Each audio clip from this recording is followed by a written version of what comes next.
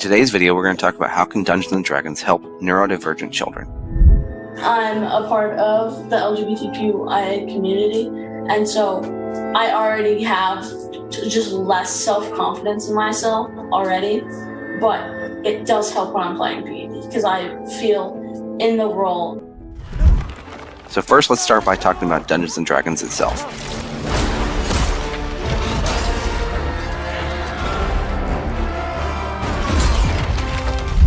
D&D, or Dungeons & Dragons, is a popular role-playing game that involves creating characters, exploring fantasy worlds, and engaging in social interactions with other players.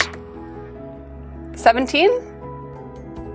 The goblin lowers his club, raises his eyebrow, and says, "Friends?" D&D can be a fun and rewarding hobby for anyone, but it can also have some specific benefits for neurodivergent children, such as those with autism or ADHD, or those on the spectrum. So we might intentionally design the aspects of what they're going to encounter in the game based on the needs that they have as an individual. So if we have a player who is especially shy, we might put them in the scenario where the king is only willing to listen to them. Neurodivergence refers to the diversity of human brains and minds and how they differ from the normative expectations of society. Neurodivergent people often face challenges in communication, socialization, learning, and self-regulation. This can lead to stigma, exclusion, and low self-esteem. However, neurodivergence can also be a source of creativity, insight, and resilience. So let's look at some specific ways that D&D can help neurodivergent children. A report in the American Psychology of Today back in 1994 demonstrated a case study in which psychologists found that people afflicted with schizoid affective disorder could actually use the game of Dungeons & Dragons to generate rehabilitated emotional responses, practicing their ability to interact with the world in a safe environment where they could feel comfortable and confident. Dungeons & Dragons, while it may seem like just a game, could actually be one of the most versatile tools in a therapist's toolbox.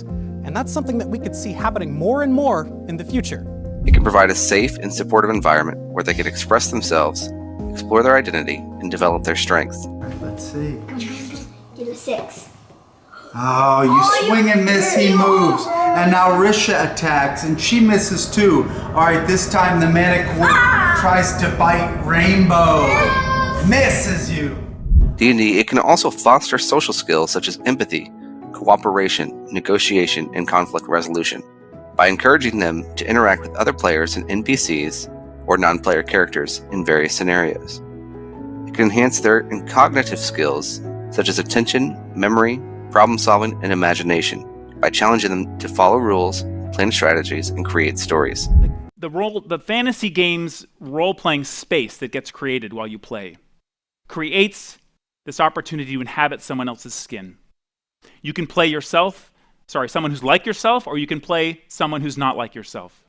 And because of the immersive narrative of the game, you and your fellow players are constantly put into situations where you're interacting with other people and other creatures, dragons, bartenders, dwarves, you get the picture.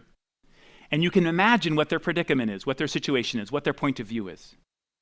So this is why these fantasy role-playing games are the perfect empathy training machine for the real world. And so because of the game, and my experiences with the game, I can look at my arch nemesis at work. I can think about that guy on I-95 on the drive up here who cut me off. I can think about that bully I encountered in high school. I can think about my broken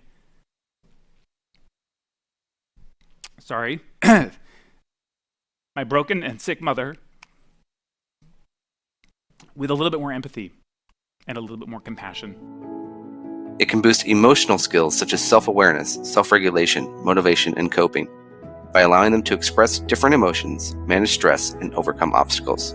Let's take a look at some clips discussing these specific benefits. So none of these games work without a story, without the imagination. Take a look at these maps and drawings I made back in the Reagan administration. I want you to focus on them just for a second, aside from admiring their amazing artistic skills. What goes on in your mind when you think about those, when you see those and imagine them in your minds? What I argue is that what's getting activated in your minds is the wondering mind. You begin to wonder, what goes on here? Who lives here? What's the story? what happens next? Now, for sure, we have movies and we have television shows and video games that offer these immersive, richly textured narratives and worlds. But they don't engage our imagination in the same way. And I think it's precisely because of role-playing games' crude tools, dice and pieces of paper and maps, and those silly little figurines. You are required to bring your imagination to the gaming table to complete the picture. Okay? We used to sit around the fire telling each other stories. And it seems to me that today we've settled for being passive consumers of prepackaged narratives. Stories, movies, which are created by millions of Hollywood dollars and thousands of digital animators. It seems as if that the power of storytelling has been taken from us. And role-playing games return that power to us. And they also spark the imagination. I can think of so many areas and interests that were sparked or kindled through my experience playing these games. Everything from history to poetry to geography to languages to the natural history and biology of elvish maidens. All because of this game. It made me want to be a storyteller and a creator and a world builder, and to take that imaginative leap to imagine a better world. So thanks to fantasy role-playing games, I use my imagination, and I am prepared, and I can think of out-of-the-box solutions to problems, and I know that I don't have to go it alone. I've found my team. I know I can rely on friends who have multiple talents and skills, who can get me out of scrapes. And I know that there's more than one way to defeat the monsters and solve the riddles and escape the darkness of my own life. And this leads me to role-playing games' most powerful magic. The key to confidence and the key to self-reliance is in controlling your own narrative. It's telling your own story. And stories connect us. And stories provide hope. In all of these role-playing games, there's a rule. If you want to do something, no matter what it is, however slim the odds, you take this 20-sided die and you roll it. And if you get a 20, you do it. It happens. You slay the dragon with a single blow. You kiss the girl. You love your mother. Deep inside all of us, inside our metaphorical dungeons, is a dragon. But we don't know if we can slay it or befriend it unless we try. So, to you I say, get out the Doritos and Mountain Dew. Arm yourself with pencil and graph paper and gather around the fire of each other's imaginations and go on an adventure. But the game also has a strength that lies in its versatility. You see, every game of Dungeons & Dragons is an interplay between the referee, the dungeon master, and the players, which means every session can be tailored to the specific needs of a group.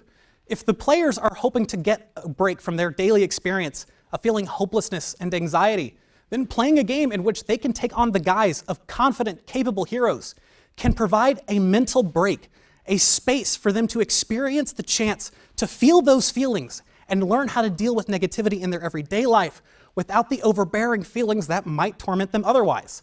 Players can also confront sensitive topics, using the game as an intermediary to develop powerful coping mechanisms without confronting subject matter directly that might otherwise trigger or reactivate trauma in the players.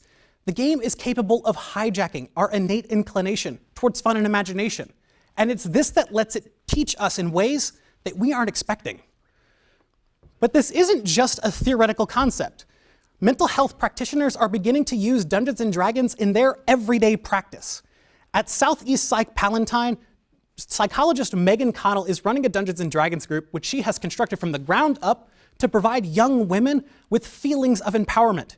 She has 2 more groups on the horizon, one that she specifically designed for veterans returning from active duty, and another designed to create a social space for people lacking in social skills to practice and interact with other people. At PAX South, therapists Adam Davis and Adam Johns discussed their Wheelhouse initiative, a push for the use of other games like Dungeons & Dragons in therapy, so that therapists can form rapport with their patients more easily by channeling a medium that provides those patients with comfort and familiarity. But these techniques owe a lot to Dungeons & Dragons' newfound popularity. But even when the game was low-key, psychologists were beginning to experiment with its utility. For me, the idea of Dungeons & Dragons being good for more than just a fun evening is a very compelling one.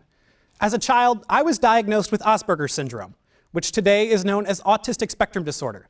It left me struggling to interact with people empathetically. I couldn't communicate effectively, and I was gripped by feelings of anxiety, inadequacy, and isolation. So maybe those 10 years I spent playing Dungeons & Dragons were doing more than just having fun.